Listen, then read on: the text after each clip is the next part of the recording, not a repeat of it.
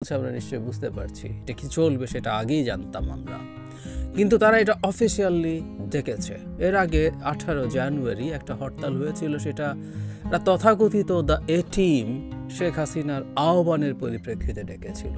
সেটা সেই অর্থে আওয়ামী লীগের অফিসিয়াল হরতাল ছিল না, কিন্তু আজ যেটা হচ্ছে এটা তাদের অফিসিয়ালি তারা করেছেন। নট অনলি দ্যাট, তারা হরতাল সমর্থনে বিভিন্ন জায়গায় নানান কর্মকাণ্ড চালিয়েছে।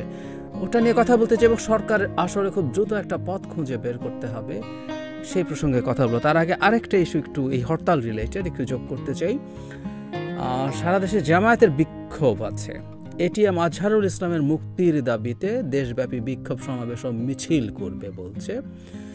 ঢাকায় আছে, ঢাকার বাইরে বিভিন্ন জায়গায় আছে। এখানে তিনি কারাবন্দী আছেন, তাকে নানান রকম নির্যাতন করা হয়েছে এবং এটা সঠিক হচ্ছে না, ওনাকে ছেড়ে দিতে হবে, এই ধরনের একটা আলাপটা আমার কাছে জরুরি না, কিন্তু আমি ব্যক্তিগতভাবে মনে করি জামায়াতের এই দিনের কর্মসূচি দেওয়াটা সম্ভবত ঠিক হয়নি এই কারণে, মানে এটা দেয়া মানে হচ্ছে আওয়ামী লীগকে এক ধরনের গুরুত্ব দেয়া, যে আওয়ামী লীগের একটা হরতাল হবে এবং সেই হরতালের দিন মাঠে জামায়াত থাকতে চাইছে to combat Awami League or to contain Awami League.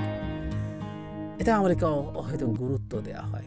আর এর বাইরেও আমার একটা ডিফারেন্ট আর্গুমেন্ট আছে, দীর্ঘদিন এই কথা বলেছি, এটা সবার ক্ষেত্রে বলবো। এটা বিএনপিও যদি আওয়ামী লীগের বিরুদ্ধে মাঠে নামে, আমি একই কথাই বলতে চাই, সেটা হলো আওয়ামী লীগ যদি মাঠে নামে তাকে কিভাবে ডিল করবে সেটা রাষ্ট্র এবং সরকার সিদ্ধান্ত নেবে। ওকে ঠেকানোর জন্য ওর কোনো রকম কোনো 2 নম্বরই কোনো রকম কোনো সকল নাশকতা বা অন্য কোনো পরিকল্পনা ঠেকানোর কোনো দায়িত্ব জামায়াত বা অন্য কোনো রাজনৈতিক দলের নাই।